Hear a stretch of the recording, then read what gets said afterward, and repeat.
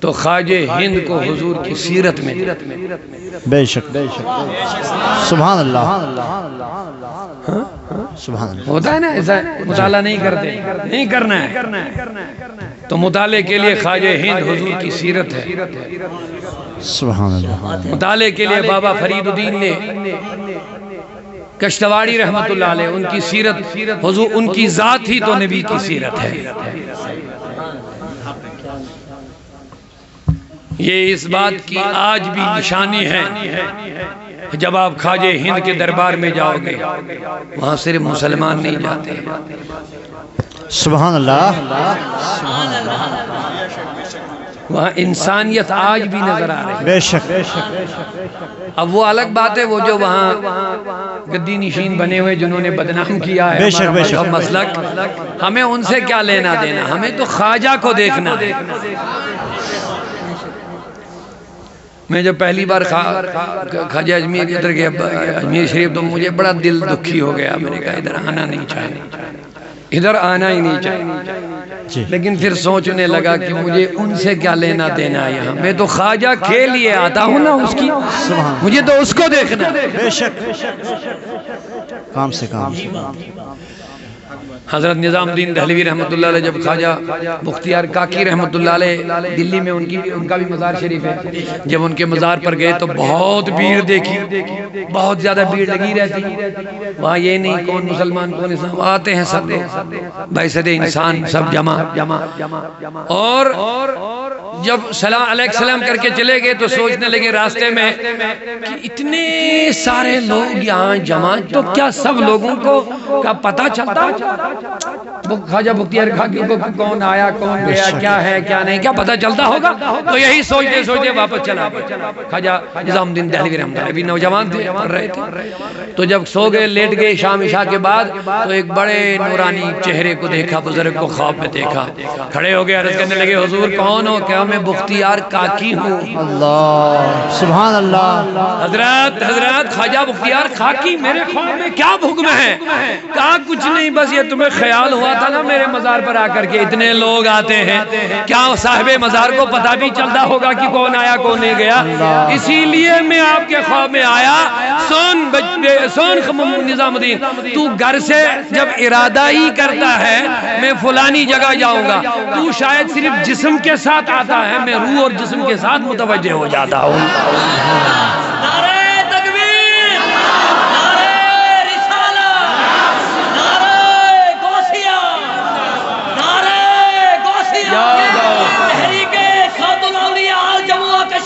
زندہ باد کہا باہر بیٹھے ہی انشاءاللہ کہا باہر بیٹھے ہی تم سلام کر کے چلے جاتے ہو کبھی اندر بھی آیا کرو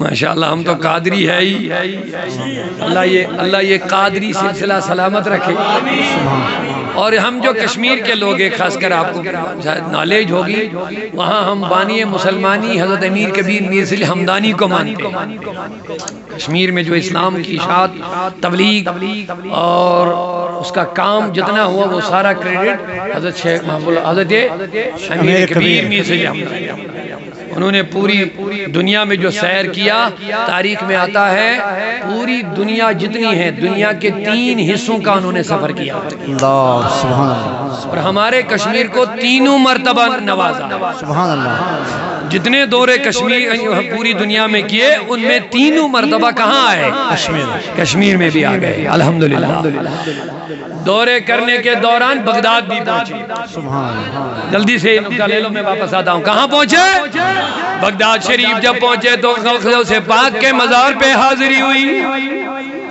غوث پاک شاہ جیلان کے روزے پہ حاضری ہوئی فرماتے ہیں غوث پاک رضی اللہ تعالیٰ عنہ کو میں نے ظاہری آنکھوں سے روزے پاک کے پاس دیکھا غوث اعظم نے ہاتھ بڑھایا فرمایا امیر کبیر تو ابھی ہمارے سلسلے کی اجازت تمہیں نہیں ہے ہاتھ تو بڑا میری طرف آج کے بعد جب تم لوگوں کو مرید کرو گے تو جا آج میرے سلسلے کی تجھے اجازت مل گئی ہے اب ادھر ہمارے پیر صاحب نے تھوڑا ہم اس کو حکم ہی سمجھتے ہیں کہ غوث پاک کا تھوڑا سا ذکر ہو ہی جائے.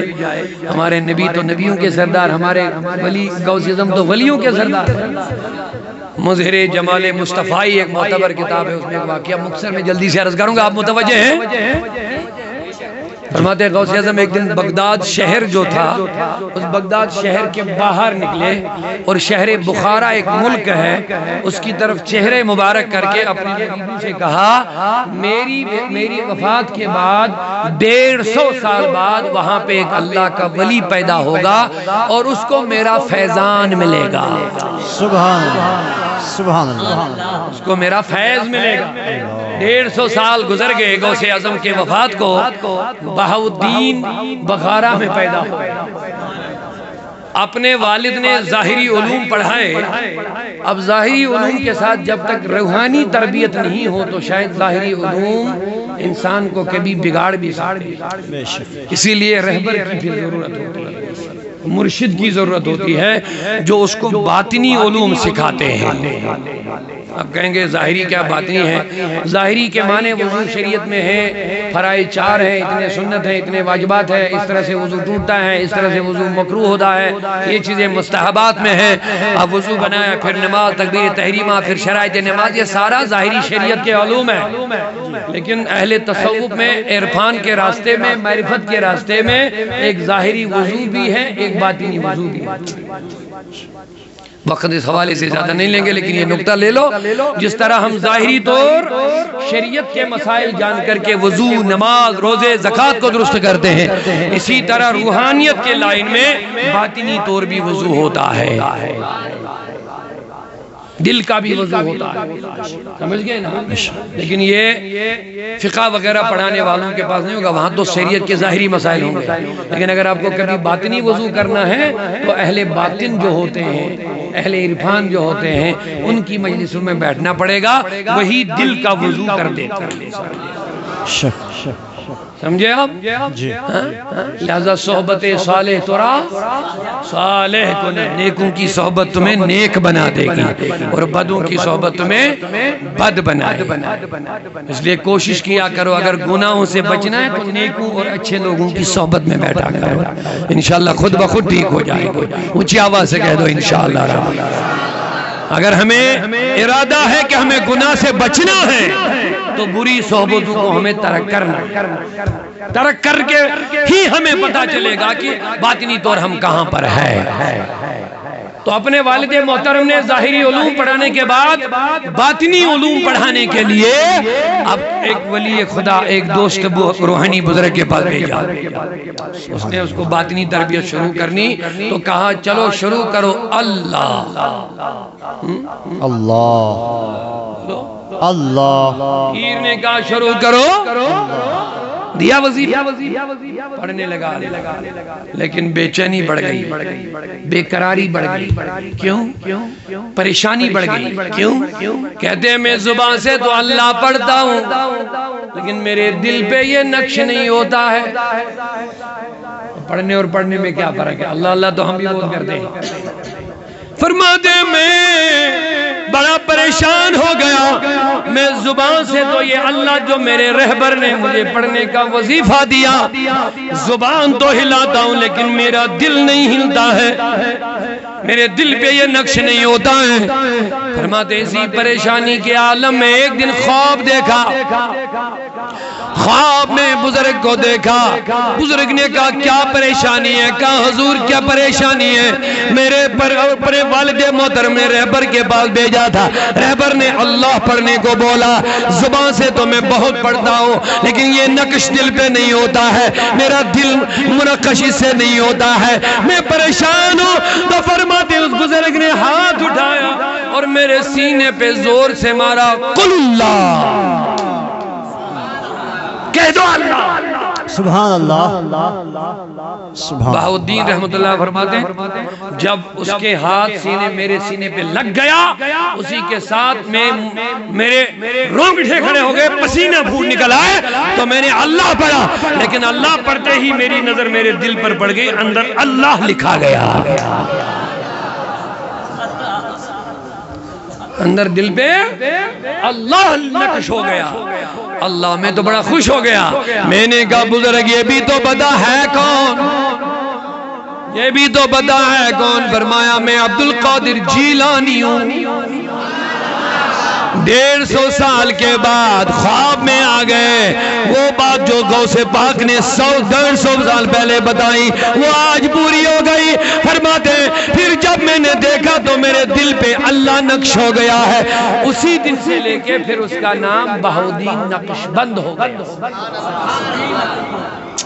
تب تک ان کو نقش بند نہیں کہتے تھے، بہاؤدین، سید بہاؤدین رحمت اللہ علیہ، لیکن پھر نقش بند ہو گیا، کیونکہ یہ ہاتھ سے اللہ جو غوث پاک نے اندر لکھوایا اللہ، اس دن سے ان کا نام نقش بند پڑا۔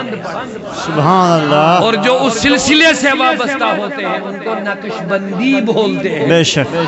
لیکن بڑی عجیب بات ہے، آج بہت سارے لوگ نقش بندی تو بنے ہوئے ہیں لیکن غوث اعظم کے فیض کو مانتے ہیں۔ بے شک۔